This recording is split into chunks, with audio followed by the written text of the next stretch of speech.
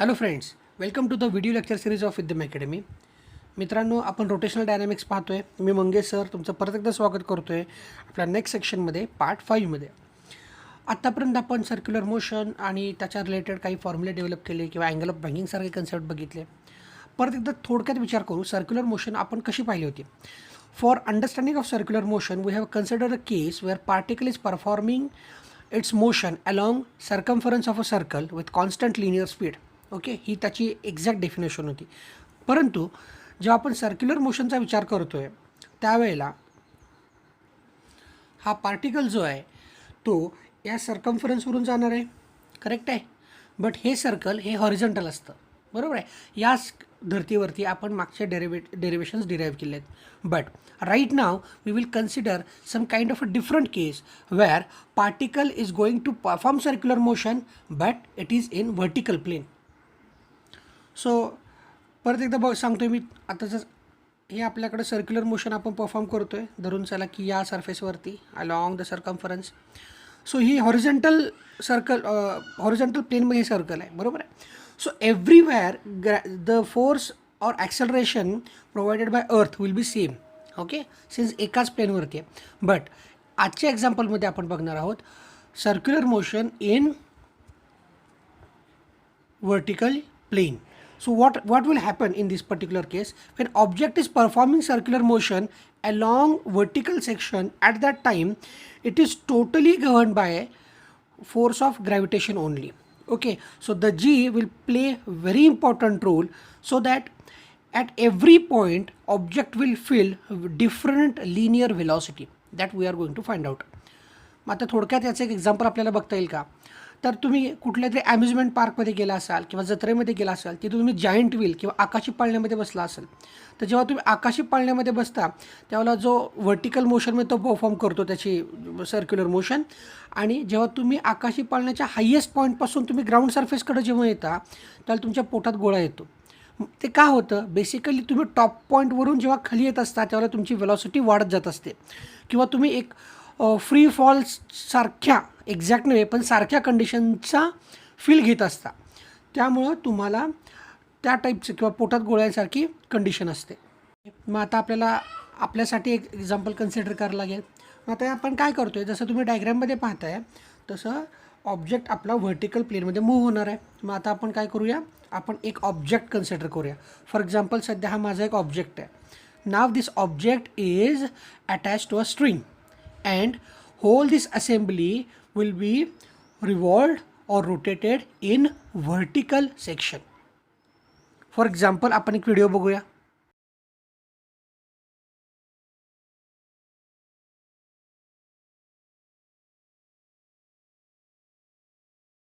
हा आपला ऑब्जेक्ट आहे ज्याला आपण ए म्हटलं, आणि त्याला एका स्ट्रिंगने अटॅच केलेलं आहे. मग ती स्ट्रिंग कुठं जाते, ती आपल्या या सेंटर पॉईंटपर्यंत जाते. ओके, मग आता यात इथं आपल्याला नक्की काय काय कन्सिडर करायचं आहे. फर्स्ट, ऑब्जेक्ट जर तुम्ही मूव्ह करताय किंवा ऑब्जेक्ट सर्क्युलर मोशन परफॉर्म करतो आहे तर त्याचा सेंट्रिपेटल फोर्स कुठल्या दिशेनं आहे, किंवा सेंट्रिपेटल फोर्स कोण त्याला प्रोव्हाइड करतं. किंवा जर एका ऑब्जेक्टला तुम्ही लिफ्ट केलं तर त्याची सेंट्रिपेटल फोर्स, त्यामध्ये ऑब्जेक्टचं असणारं टेन्शन जे स्ट्रिंगमध्ये असणार आहे ते कसं त्याच्या डायरेक्शन चेंज होतात, ह्या गोष्टी आपल्याला बघायच्या आहेत. मग आता सध्या सोप्या एक्झाम्पलमध्ये काय दिसतं आहे, हा ऑब्जेक्ट आहे. वेट जे आहे ॲट पॉईंट ए ला त्या ऑब्जेक्टचं वेट आहे हे कायम असणार आहे व्हर्टिकली डाऊनवर्ड्स, करेक्ट आहे. मग त्यासाठी मी लिहितो mg. त्याचबरोबर टेन्शन जे असतं स्ट्रिंगमध्ये हे कायम ऑब्जेक्टपासून त्या सेंटरकडं जात असतं. So tension in the string will be always directed from object to the center point. Okay, so tension पण इन्व्हर्ट झालं. सो तुम्हाला इथे दोन कंपोनंट आहेत जी इन्व्हर्ट जाताना दिसतात, कळतंय. मग मी तुम्हाला असा प्रश्न केला, what is centripetal force, can you write the formula for centripetal force. Answer will be very simple. Centripetal force हे असं फोर्स आहे जे टुवर्ड द सेंटर जातं. मग सेंट्रिपेटल फोर्स बॅलन्स कोण करतं या केसमध्ये, सो दॅट मी असं म्हणू शकतो centripetal force that is mv²/r is given by addition of these two components. हे दोन्ही इन्व्हर्ट आहेत ना, हे दोन्ही प्रोव्हाइड करतात, म्हणजे फॉर्म्युला होईल mg प्लस टी. ओके, लक्षात आलेलं आहे कंडिशन काय नक्की आहे. जसं आपण पॉईंट एला कन्सिडर केलं तसे आपण या पर्टिक्युलर सर्कम्फरन्सचे वेगवेगळे पॉईंट कन्सिडर करणार आहोत. फॉर एक्झाम्पल ए किंवा B. So A is upper most point आणि B is lower most point. लक्षात येतं आहे. चला मग ही सगळी ॲनॉलॉजी आहे ती आपण एकाच डायग्रॅममध्ये वापरूया. पण फक्त मॉडिफिकेशन काय करणार आहोत आपण, की जसं आता मी इथं म्हटलं mv². So it is velocity of object at point A. So त्यासाठी मी लिहिणार आहे VA. टेन्शन जे आहे स्ट्रिंगमध्ये त्यासाठी म्हणतो आहे मी TA. ओके, असे छोटे छोटे मॉडिफिकेशन आपण करणार आहोत. बघा डायग्रॅम कळते का, सेम डायग्रॅम आहे. फक्त सिम्प्लिसिटीसाठी आपण काय करतो आहे की ॲक्च्युली हा ऑब्जेक्ट जो आहे हा या पॉईंटशी कनेक्टेड आहे, सेंटरशी कनेक्टेड आहे. बट हे जे कॉम्पोनंट आपल्याला कळण्यासाठी आपण ते ड्रॉ नाही केले आहेत. बट बेसिकली हा ऑब्जेक्ट हा सेंटरशी कनेक्टेडच आहे. Okay, so as I said, if A is the uppermost point then tension in the string and mass of a object both are, or weight of object both are vertically downwards. Okay, so that what I can write, I can write mg plus ta which is equals to mv² by r. आताच आपण prove केलं ना हे. But tension जे आहे हे त्याच वेळेला स्वतःची पॉझिटिव्ह व्हॅल्यू दाखवेल ज्या वेळेला mg म्हणजे वेट आणि टेन्शन हे दोघांच्या अपोजिट आहे. परंतु या केसमध्ये काय आहे, tension and mg both are directed in same direction. So tension जे आहे या ऑब्जेक्टला फील नाही होणार आहे. सो तुमचा TA होणार आहे 0. जर TA 0 झाला तर काय राहील आपल्याकडे formula, mg equals to mv² by r. So m आणि m कॅन्सल झाले. सो तुम्हाला v²चा फॉर्म्युला काय मिळेल, v² हे r इकडे शफल होतील का. So v² equal to rg. So after taking square root you can write VA equals to under root RG. आता इथं मिनिमम का लिहिलं त्याचा आन्सर, जसं मी सांगितलं होतं, जेव्हा तुम्ही ऑब्जेक्ट ए पासून पॉईंट ए पासून सी पासून बी पर्यंत येता, that means if you are moving from upper most point to the lower most point your velocity will go on increasing. जे आपण जायंट व्हीलचं एक्झाम्पल बघितलं होतं, पोटात गोळा येणं वगैरे. At the same time, when you are moving from point B to point A, lowermost to uppermost, at that time your velocity will decrease. आता यालाच आपण थोडी कायनेटिक थिअरीची जर ॲनॉलॉजी लावली तर काय होईल, जर ए पासून बी पर्यंत येताना आपली वेलॉसिटी वाढत जाते, so that I can say my kinetic energy is increasing, और kinetic energy of object will increase if you are moving from upper most to lower most point. If kinetic energy is increasing, that signifies the potential energy will decrease. Okay, because we have to keep total energy constant. लक्षात येतं आहे. Same scenario इथं होईल का, if you are moving from B to A, if your velocity is decreasing, so that your kinetic energy will decrease. If kinetic energy decrease, in order to keep total energy constant, your potential energy must be increased. So to identify or to calculate potential energy, we have to consider a reference. For example, our B is the lowermost point, so that this is our reference point. So इथून आपण सगळ्या distances major करू. मग इथली potential एनर्जीचा formula काय असतो, basically potential energy is mgh. मग इथून मी सगळ्या डिस्टन्सेस मेजर करणार आहे. मग हा 0 झाला ना, मग इथली पोटेन्शियल एनर्जी काय असेल, mg0. So potential energy of B will be 0 because m into g into 0 that will give me 0. तर आता आपण पोटेन्शियल एनर्जीचा जो काही कन्सेप्ट होता किंवा कायनेटिक एनर्जीचा कन्सेप्ट होता तो लक्षात ठेवू, and we will go for the next point that is lower most position. कारण एची कंडिशन जी अपर मोस्ट ती आपण कॅल्क्युलेट केली आहे. So at lowermost position what will happen, as we have seen in diagram, weight is vertically downwards, so mg will be vertical downwards and tension will be vertically upwards. So मगाशी मी काय सांगितलं असं होतं की centripetal force आहे जो कायम inverse असतो. So centripetal force circular motion perform होते म्हणजे इथं सेंट्रिपेटल फोर्स आहे हे मात्र नक्की. बट टेन्शन आणि mg हे एकमेकाच्या अपोजिट डिरेक्टेड आहेत, बरोबर आहे. म्हणजे यांच्या व्हॅल्यू सेम नाहीत. तर ह्या दोघांचा जो डिफरन्स आहे, the resultant of component tension and mg will give you centripetal force. So ह्या दोघांचा डिफरन्स म्हणजेच काय असणार आहे, सेंट्रिपेटल फोर्स. आता सेंट्रिपेटल फोर्स इनवर्ड आहे म्हणजे ह्यातला कुठला कॉम्पोनंट मोठा असेल, आपल्याला एवढं कळलं की सेंट्रिपेटल फोर्स आत जातोय, म्हणजे ती व्हॅल्यू आत जाणारी व्हॅल्यू राहिली पाहिजे. जर आत जाणारी व्हॅल्यू राहिली पाहिजे म्हणजेच टी कॉम्पोनंट मोठा असला पाहिजे आणि एम जी कॉम्पोनंट छोटा असला पाहिजे. So T minus M G gives me M V square by R. तर बी का लिहिले कळलं असेल आणि इथं पण बी कळलं असेल suffix. So it signifies tension in the string at point B and velocity at point B. Okay, त्यानंतर बुकमध्ये ही स्टेप डिरेक्ट लिहिली आहे, बरोबर आहे, कदाचित तुम्हाला कळेल किंवा नाही कळेल. सो आपण बघूया की आयडेंटिफाय कसं करायचं आहे. जसं मग अशी मी सांगितलं होतं, total energy must be constant. So total energy at point A should be equal to total energy at point B. So total energy is addition of what? It is addition of potential energy at point A plus kinetic energy at point A. Similar way, potential energy at point B plus kinetic energy at point B. ठीक आहे. मग आता आपल्याला ह्यात value टाकता येतात का बघू. जसं की potential energy at point A, जरा डायग्राम परत एकदा बघूया.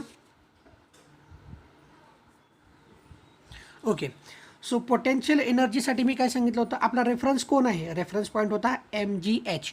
सो इथली पोटेन्शियल एनर्जी 0 झाली, बरोबर आहे. मग हा ए पॉईंट किती हाईटवरती आहे हो, जसं की बघा हे डिस्टन्स जर आर असणार आहे, मग हे डायमीटर आहे टोटल. मग इथून हा पॉईंट बी पासून हा पॉईंट किती डिस्टन्सवरती असणार आहे, 2R या डिस्टन्सवरती असणार आहे. So what is potential energy at point A, it will be mg into 2R. Agreed. Plus what is kinetic energy? Kinetic energy at point A, that will be written as 1/2 mv square A. Okay, so what is potential energy at point B? At point B चा विचार करताना मी diagram मध्ये सांगितलं होतं ना, हा आपला reference point आहे. So potential energy at point B will be 0. So potential energy मी काय लिहिणार आहे इथं, 0. So what is kinetic energy? Kinetic energy of B is 1/2 mv square B. Okay, so यावरून मी काय लिहू शकतो, mg 2R equals to 1/2 mv square B minus 1/2 mv square A. लक्षात येते का बघा ही स्टेप कशी आली. सेम स्टेप तुम्हाला बुकमध्ये ही डायरेक्ट दिली आहे, कळलं.